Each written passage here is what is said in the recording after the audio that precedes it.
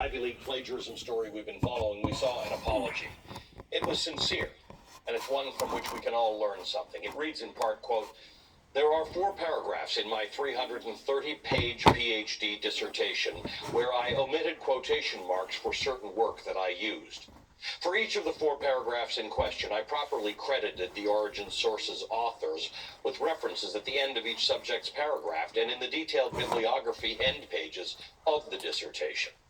In these 4 paragraphs, however, I did not place the subject language in quotation marks, which would be the proper approach for crediting the work. I regret and apologize for these errors," end quote. Facing away from plagiarism allegations, a senior and accomplished academic has apologized, began reviewing her work, and proactively launched the process of seeking corrections. The academic in question here is Neri Oxman, an architect and an artist who was also a tenured professor at Massachusetts Institute of Technology from 2017 until 2021.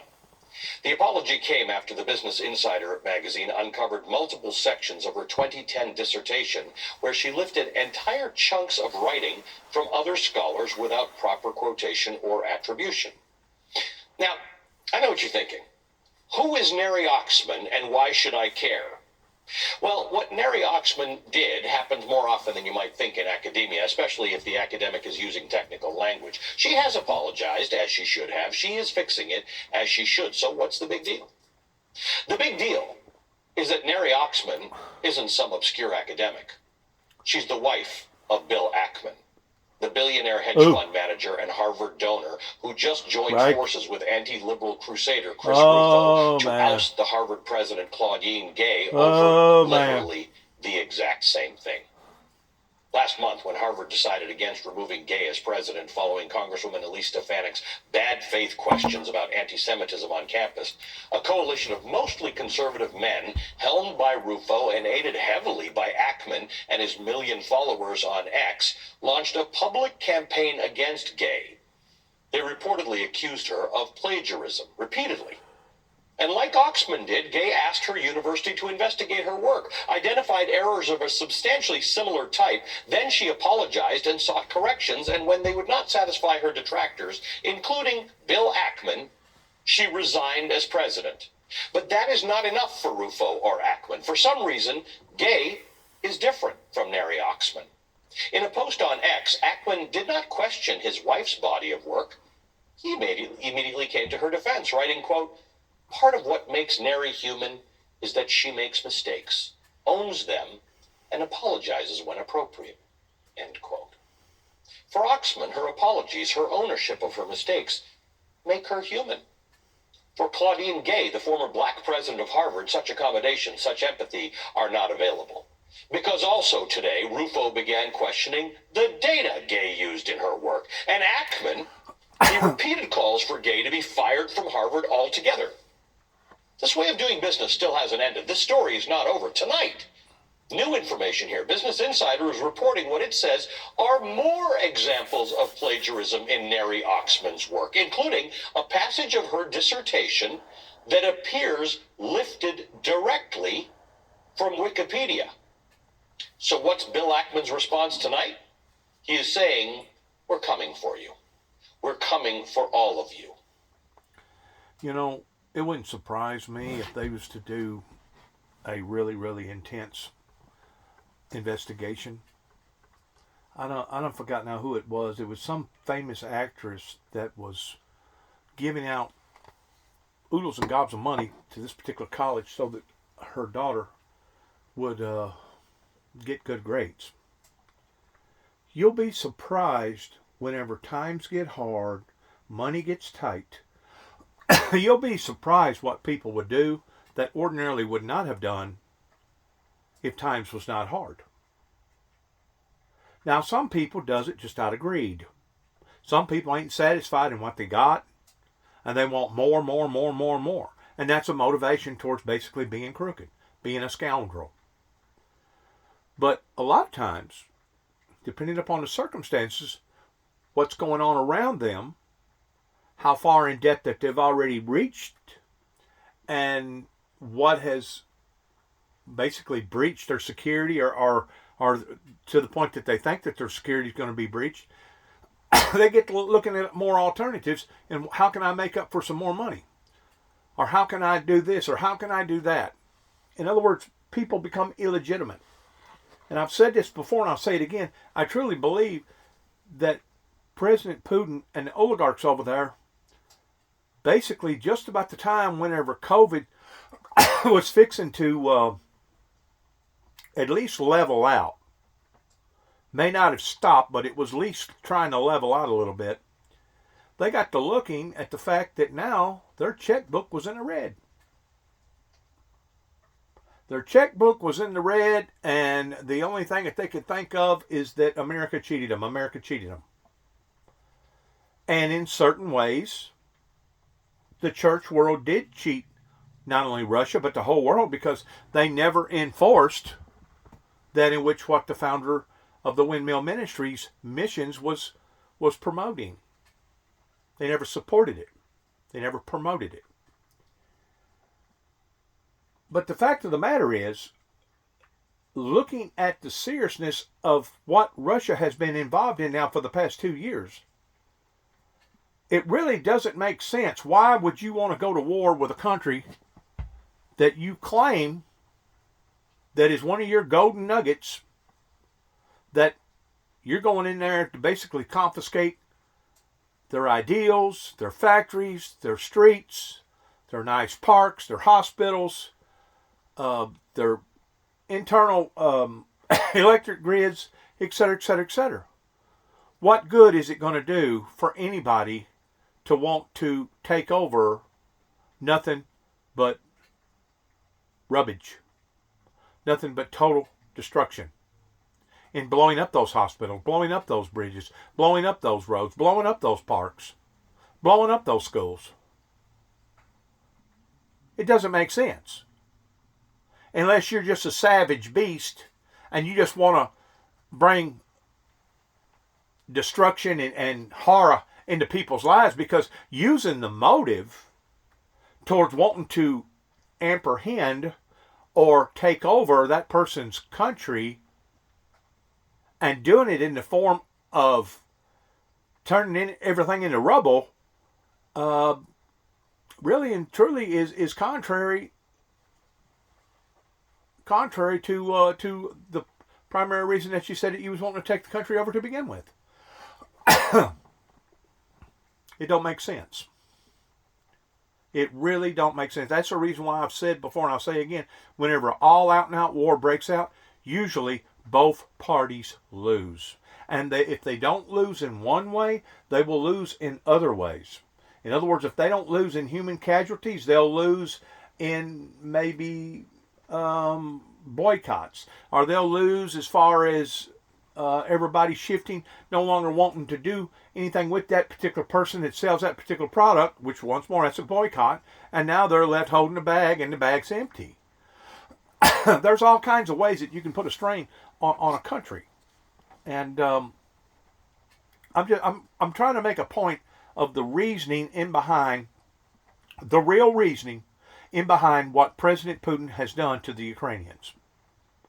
It was the fact that here come COVID, it set them back, put them in the red, and they was wanting to make up for lost time.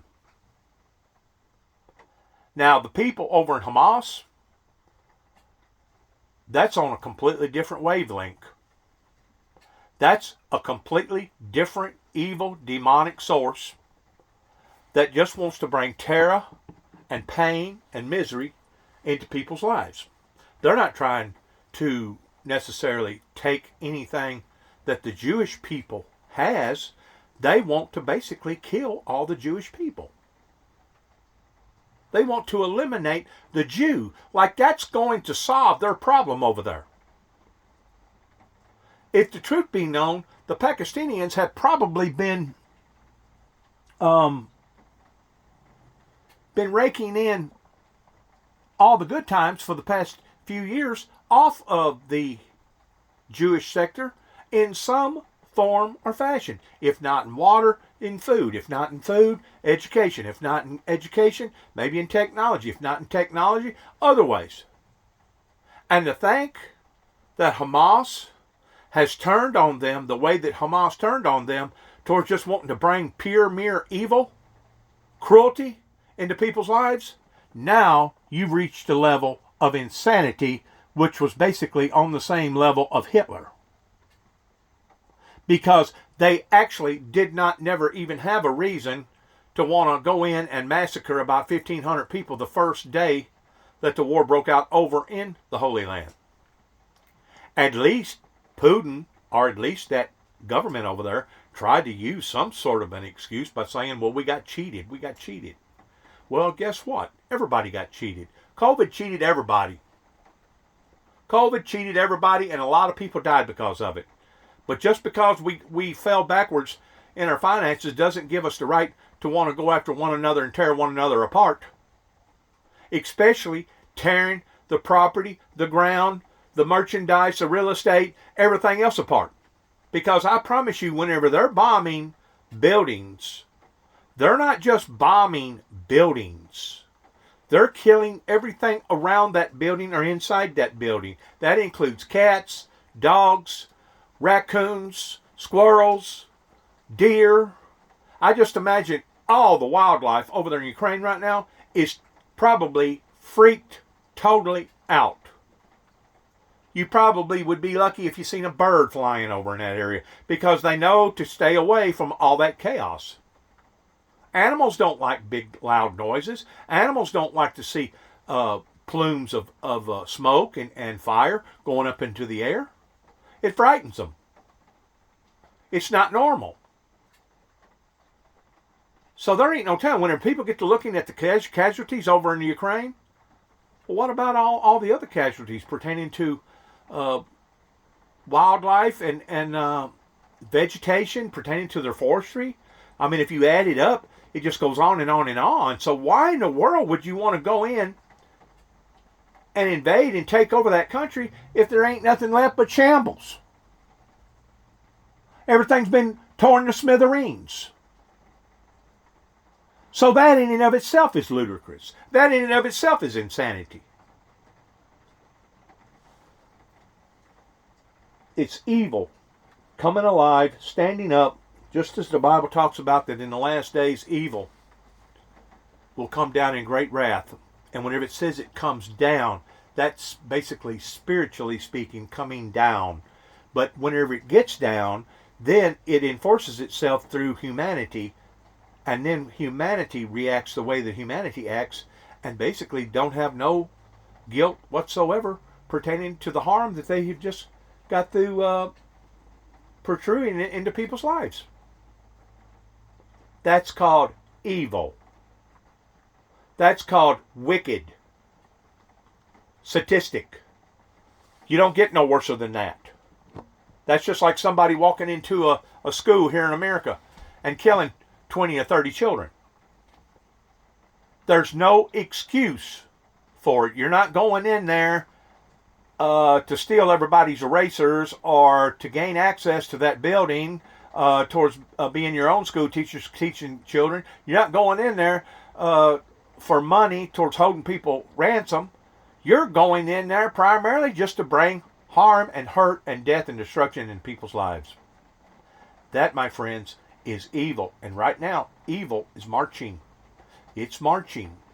And I tend to wonder how far it's going to march before a good, stern movement begins here in the United States in trying to nip it in the bud, because if we don't, it could very well be coming to a neighborhood near you. On X, he wrote, quote, "This experience has inspired me to save all news organizations from the trouble of doing plagiarism reviews. We will begin with a review of the work of all current MIT faculty members, President Kornbluth, other officers of the corporation, and its board members for plagiarism," end quote. "We will share our findings in the public domain as they are completed in the spirit of transparency." So that's where we are now. Weaponizing accusations of plagiarism against academics you don't like. Not your wife, but the other ones. Right. Okay, let's go on here because he does get into something else here. I've done already watched part of this. Let's jump right here and see what he's got to say right here. at the center of this country's history, and 1 year after she won the Pulitzer Prize for her work, the University of North Carolina at Chapel Hill announced that it was hiring Nikole Hannah-Jones. She was going to be the first black scholar appointed to be a so-called Knight Chair. Now, historically, that position comes with tenure, but not for Hannah-Jones.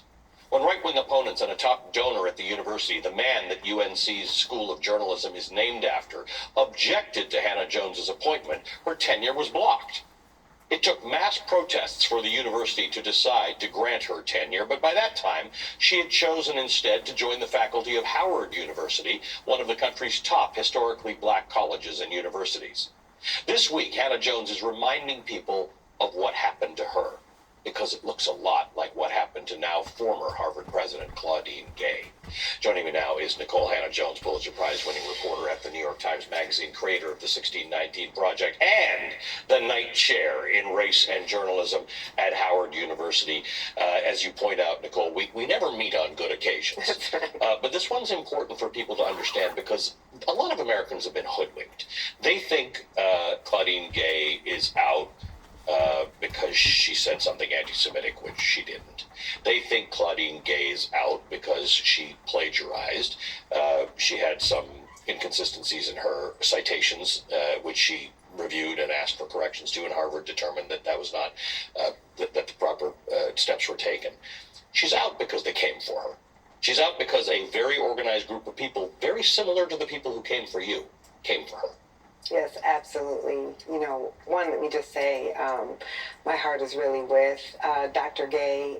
This is a woman who had a stellar academic career and has had her reputation sullied strictly for political reasons. I know exactly what that's like. This is not about plagiarism. This is not about anti-Semitism. This is about, as you said, an extremely well-organized propaganda campaign from the right to make anyone black in a high position of power seem like a diversity hire, an unqualified affirmative action hire. This is the next iteration of the anti-critical race theory campaign that led to the banning of books and curricula that's now trying to target people of color in leadership positions and do a great deal of damage to the racial progress that has been made. And in fact, it's the same people, the same guy, Chris Rufo, who popularized CRT incorrectly, who also had Donald Trump write, edicts about what it should be. The same people who wanted to get 1619 out of vernacular and started the hashtag 1776. It's the same thing. It's this movement that says some of you have come too far, and we're taking it back now. Absolutely. I mean, just look at the language that's being used. So, one, as we were discussing, Chris Rufo is not even trying to camouflage what he's doing. Correct. He puts it all out on social media. Lays the playbook out. He says, this is what we're going to do, and then he does it. What is disheartening is how he's able to lay out the playbook and be so successful. What happened with Claudine Gay? Anyone who's ever written a long-form paper that goes through multiple revisions knows that you can make citation errors. Yep. You've rewritten the same sentence 12 times, and eventually the quotations fall off, or sometimes you don't cite it in the right place. Even her... It happens commonly. It happens all the time, which we've seen. It happens even with some of the people who have made the accusations, or who are related to some of the people who've made the accusations to Dr. Gay. But we're in a landscape now where, because this is about politics and not really concerns about plagiarism, that you can't make mistakes. You cannot make an error, and especially as a black woman. That's the bigger issue, because there are black women who enjoy positions of authority in this country in a way that hasn't been done historically, because we as a society realized that that was an important thing to do, who are now, they got targets on them. That's right. Every black woman in a position of authority in this country, they're going to wonder, did you really get that job properly, or were you a diversity hire, or did you get a leg up because you're black? Yes, and this is what I say. This is how it is impossible for black women to win in this moment that we're in. Because if you're not successful, then they say you were lazy, you didn't work hard enough. If you are successful, they say that you didn't deserve it. And they will put you under a level of scrutiny that frankly none of us would be able to withstand. I know what that feels like. If you go through every single word, if you parse every single, where's the comma, where are the quotation marks, I don't think anyone's work would stand up to that scrutiny. But we also, therefore, give grace and say, okay, you made an error. This is how you correct it. error. All the universities have a That's right. system for that. That you ask for a review, you get the review. But here's something interesting. So this happens now to Bill Ackman's wife. Yeah. Bill Ackman's been on a campaign. His wife gets found to have done some stuff. It's actually more egregious than what anything Claudine Gay was accused of doing. That said, he said she's a human. She makes mistakes, Yeah. which I think is a reasonable answer. And I think we should give Bill Ackman's wife the grace of the fact that she's a human who made a mistake. But because this has been dug up, now he's saying we're coming for all of you. He's got money, so he's going to fund a review of every academic at MIT's research. This didn't happen before there were women and people of color in power. People could just get away with whatever they could get away with. We weren't really in a meritocracy because a whole bunch of people were left out of that discussion. Absolutely. I mean, what we're seeing is what we know has always been the case. White men get the benefit of the doubt. They get the presumption that they are qualified, that they are the most qualified. A person of color, particularly a woman of color, particularly a black woman, the presumption is that she is not, and that she is deserving of this extra scrutiny because she shouldn't be in that position. Let me tell you, in the 380 years that Harvard has existed, Claudine Gay is not the first black woman because she was the first black woman who was qualified. Mm-hmm. She was the first black woman who had an equal chance to actually be put into that position. And now she has the shortest tenure of anyone in that position. That is not about Claudine Gay and her qualifications. That is about a society that is unprepared to see a black woman at kind of the citadel of American academic power. So we've been talking about this all week. The reason I wanted to talk to you is because I've always admired your personal courage in this. You have come under attack on social media in public from the President of the United States, from Christopher Rufo, from these same powers, and you're not giving up. You don't stop. You created a new reality for yourself. So what's your inspirational message right now? Because for a lot of people in America, they're scared tonight that the Ackmans and the Rufos of the world will come for them too. Well, I really have two things to say. I had an institution that supported me no matter what the attacks were, and that means a lot. Originally, Harvard supported Somebody Claudine had your Gay, back. Then they didn't. Institutions are going to have to show some courage in these moments, because what you do when you fold in the face of this is then you only encourage more of it to happen. Yes. They're going to say, oh, as they did, we did. got her scalp. Yeah. So now we're One going to down, come for two more down. That's what people. they were tweeting. Right. So institutions like Harvard, you have power, use your power. Don't sell out this woman or sell out others when you know that these are political attacks. And the other thing I'll say is we come from folks who have always had to fight. I understand that being in these positions that I'm in it's a tremendous privilege. I'm going to keep fighting. And all of us, if we band together against this, we will win because we're right, because we have ethics, we have morals, we have scruples, we have humanity. So we cannot give up in this moment, and we can't be weak. Thank you for everything you've done, Nicole. Good to see you as always. Thank you always. Nicole Hannah-Jones is the Knight Chair in Race and Journalism at Howard University. All right, when we come back, voters across Florida came out in greater than needed numbers to put a voter initiative